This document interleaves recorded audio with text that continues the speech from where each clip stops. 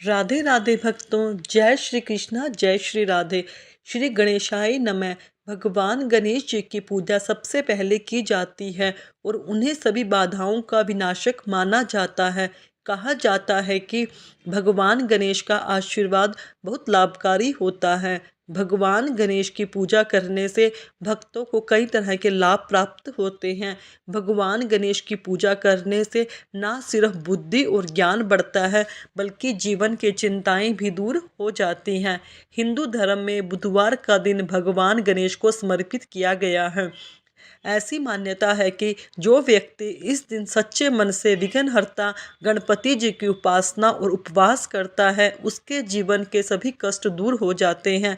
इस व्रत के प्रभाव से व्यक्ति के जीवन में खुशहाली और समृद्धि आती है। बुधवार के दिन जो भक्तजन उपवास रखकर व्रत की कथा पढ़ते और सुनते हैं, लेकिन जो लोग इस दिन व्रत किसी कारणवश व्रत या उपवास नहीं रख सकते, वह केवल इस कथा को सुनने मात्र से ही अपने सभी कार्य को सिद्ध कर सकते हैं। उन पर गणेश जी की असीम कृपा होती है। एक समय की बात है, भगवान विष्णु का विवाह माता लक्ष्मी जी के साथ निश्चित हुआ। विवाह की सभी तैयारियां होने लगी, सभी देवी देवताओं को निमंत्रण भेजे गए, लेकिन भूलवश गणेश जी को निमंत्रण देना रह गया। इधर भगवान विष्णु की बारात जाने का समय आ चुका था। सभी देवता अपनी पत्नियों के साथ विवाह कार्यों में शामिल होने आए, परंतु सभी देवी देवताओं ने देखा कि गणेश जी कहीं नहीं दिखाई दे रहे। तब उन सभी ने आपस में चर्चा की, क्या गणेश जी को नहीं न्योता दिया गया? गणेश जी नहीं आए? सभी को इस बात पर बड़ा आश्चर्य हुआ। इस बात पर उन सभी ने भगवान विष्णु से इसका कारण पूछा। विष्णु भगवान ने पूछने पर उन्होंने कहा कि हमने गणेश जी के पिता भोलेनाथ महादेव और माता पार्वती को न्योता भेज दिया था। यदि गणेश जी अपने पिता के साथ आना चाहते तो आ जाते, अलग से न्योता देने की कोई आवश्यकता भी नहीं थी। दूसरी बात यह है कि उनको खाने में 1.25 मन मूंग, 1.25 मन चावल, 1.25 मन घी और 1.25 मन लड्डू का भोग चाहिए। यदि गणेश जी नहीं आएंगे तो कोई बात नहीं, दूसरों के घर जाकर इतना सारा खाना पीना अच्छा भी नहीं लगता। इतनी बातें कर ही रहे थे कि किसी एक ने सुझाव दिया, यदि गणेश जी आते तो उनके द्वारपाल बनकर बैठ सकते थे। यदि घर की याद रखना, ध्यान रखना, आप तो चूहे पर बैठकर धीरे धीरे चलोगे तो बारात में बहुत पीछे रह जाओगे। यह सुझाव भी सबको बहुत पसंद आया, तो फिर विष्णु भगवान ने भी अपनी सहमति दे दी। तब गणेश जी को निमंत्रण देकर आमंत्रित किया गया और उनको समझा बुझाकर घर की रखवाली करने को बैठा दिया गया। बारात चल दी। तब नारद जी ने देखा कि गणेश जी तो दरवाजे पर ही बैठे हुए हैं। वह भी तो गणेश जी के पास गए और रुकने का कारण पूछा। गणेश जी कहने लगे, विष्णु भगवान ने मेरा बहुत अपमान किया है।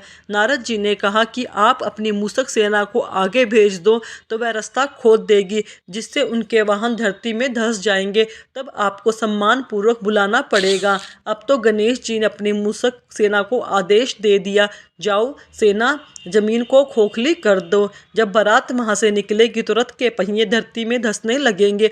लाख कोशिश करने पर भी पहिए नहीं निकलेंगे। सभी ने अपने अपने उपाय किए, परंतु पहिए तो नहीं निकले, बल्कि जगह जगह से टूटने लगे।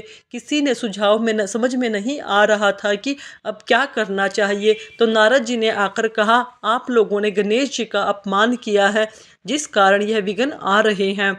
यदि उन्हें मनाकर लाया जाए तो आपका कार्य सिद्ध हो सकता है और यह संकट टल सकता है। शंकर भगवान ने अपने दूत नंदी को भेजा। वे गणेश जी को लेकर आए। गणेश जी का आदर सम्मान के साथ पूजन किया गया। फिर रथ के पहिए निकालने लगे और यह संकट टल गया। अब रथ के पहिए निकल तो गए, परंतु वे टूट फूट गए थे, तो उन्हें सुधारे कौन? पास के खेत में एक किसान काम कर रहा था।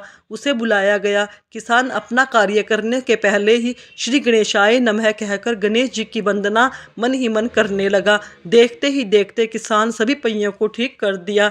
तब किसान कहने लगा कि देवताओं, आपने सर्वप्रथम गणेश जी को नहीं मनाया होगा, नहीं उनकी पूजा की होगी, इसलिए तो आपके साथ यह संकट आया है। हम तो मूर्ख अज्ञानी फिर भी पहले गणेश जी की ही पूजा करते हैं, उनका ध्यान करते हैं। आप लोग तो देवतागण हैं, फिर भी आप गणेश जी को कैसे भूल गए? अब आप लोग भगवान श्री गणेश जी की जय बोलकर जाएं तो आपके सब काम बन जाएंगे और संकट भी नहीं आएगा। ऐसा कहते ही वह बारात वहाँ से चल दी और विष्णु भगवान का लक्ष्मी जी के साथ विवाह संपन्न करा के सभी सकुशल लौट आए। गणेश भगवान जैसे आपने विष्णु भगवान के संकट को टाला, विष्णु भगवान के संकट को दूर किया, वैसे सबके संकट को भी दूर करना। बोलो गजानन भगवान की जय, बोलो गणेश जी भगवान की जय। आगे सुनेंगे बुधवार व्रत की कथा। हमें बुधवार के दिन अवश्य यह कथा सुननी चाहिए। मधुसूदन नाम का एक व्यक्ति रहता था। वह बहुत ही धनवान था। मधुसूदन का विवाह बलरामपुर नगर की सुंदर लड़की संगीता से हुआ था। एक बार मधुसूदन अपनी पत्नी संगीता को लेने के लिए बुधवार के दिन बलरामपुर गया। मधुसूदन ने अपनी पत्नी के माता पिता से कहा कि बेटी को विदा कर दो। माता पिता ने कहा, बेटा आज बुधवार है, बुधवार को किसी भी कार्य के लिए यात्रा नहीं करते। लेकिन मधुसूदन नहीं माना। उसने ऐसी शुभ अशुभ बातों को ना मानने की बात कही और फिर उसने अपनी पत्नी को लेकर बैलगाड़ी से यात्रा आरंभ कर दी। कुछ दूर जाने के बाद गाड़ी का एक पहिया टूट गया। वहां से दोनों ने पैदल ही यात्रा शुरू की। रास्ते में संगीता को प्यास लगी। मधुसूदन उसे एक पेड़ के नीचे बैठाकर जल लेने चला गया। थोड़ी देर बाद जब मधुसूदन कहीं से जल लेकर वापस आया तो देखकर बहुत हैरान हो गया, क्योंकि उसके पास पत्नी के पास उसी की शक्ल का एक दूसरा व्यक्ति बैठा था। संगीता भी मधुसूदन को देखकर हैरान रह गई। वह दोनों में से कोई अंतर नहीं कर पा रही थी। मधुसूदन ने उस व्यक्ति से कहा, तुम कौन हो और मेरी पत्नी के पास क्यों बैठे हो? मधुसूदन की बात सुनकर उस व्यक्ति ने कहा, अरे भाई, यह मेरी पत्नी है, संगीता है। मैं अभी अभी से ससुराल से विदा कराकर लाया हूँ। लेकिन तुम कौन हो जो मुझसे ऐसा प्रश्न कर रहे हो? मधुसूदन ने कहा, तुम जरूर कोई चोर या ठग हो। यह मेरी पत्नी संगीता है। मैं इसे पेड़ के नीचे बैठाकर पानी लेने के लिए गया था। इस पर उस व्यक्ति ने कहा, अरे भाई, तुम झूठ क्यों बोल रहे हो? संगीता को प्यास लगने पर जल लेने तो मैं गया था और मैंने जो जल लाकर अपनी पत्नी को पिला भी दिया। अब तुम चुपचाप यहाँ से चलते बनो, नहीं तो किसी सिपाही को बुलाकर तुम्हें पकड़वा दूंगा। दोनों एक दूसरे से लड़ने लगे। उन्हें लड़ता देखकर बहुत से लोग इकट्ठे हो गए। नगर के कुछ सिपाही भी वहाँ आ गए। सिपाही उन दोनों को पकड़कर राजा के पास ले गए और उसकी सारी कहानी सुनकर राजा भी कोई निर्णय लेने में समर्थ नहीं था। संगीता भी उन दोनों में से अपने वास्तव पति को नहीं पहचान पा रही थी। राजा ने दोनों को कारागार में डाल देने के लिए कहा। राजा के फैसले पर असली मधुसूदन भयभीत हो उठा। तभी आकाशवाणी हुई, मधुसूदन, तूने संगीता के माता पिता की बात नहीं मानी और बुधवार के दिन अपनी पत्नी को अपने ससुराल से लेकर घर की ओर प्रस्थान किया।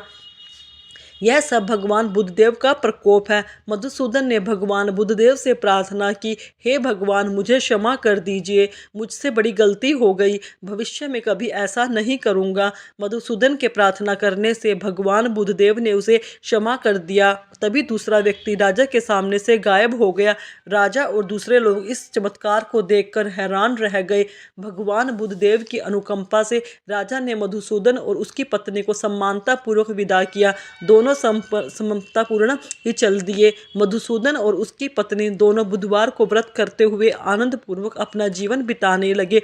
इसी तरह भगवान बुद्धदेव की कृपा से उनके यहाँ खुशियाँ बरसने लगी और इसी तरह जो भी विधिवत बुधवार का व्रत करके कथा सुनते हैं, भगवान बुद्धदेव उनकी सभी कष्टों को दूर करते हैं। यह थी आज की वीडियो।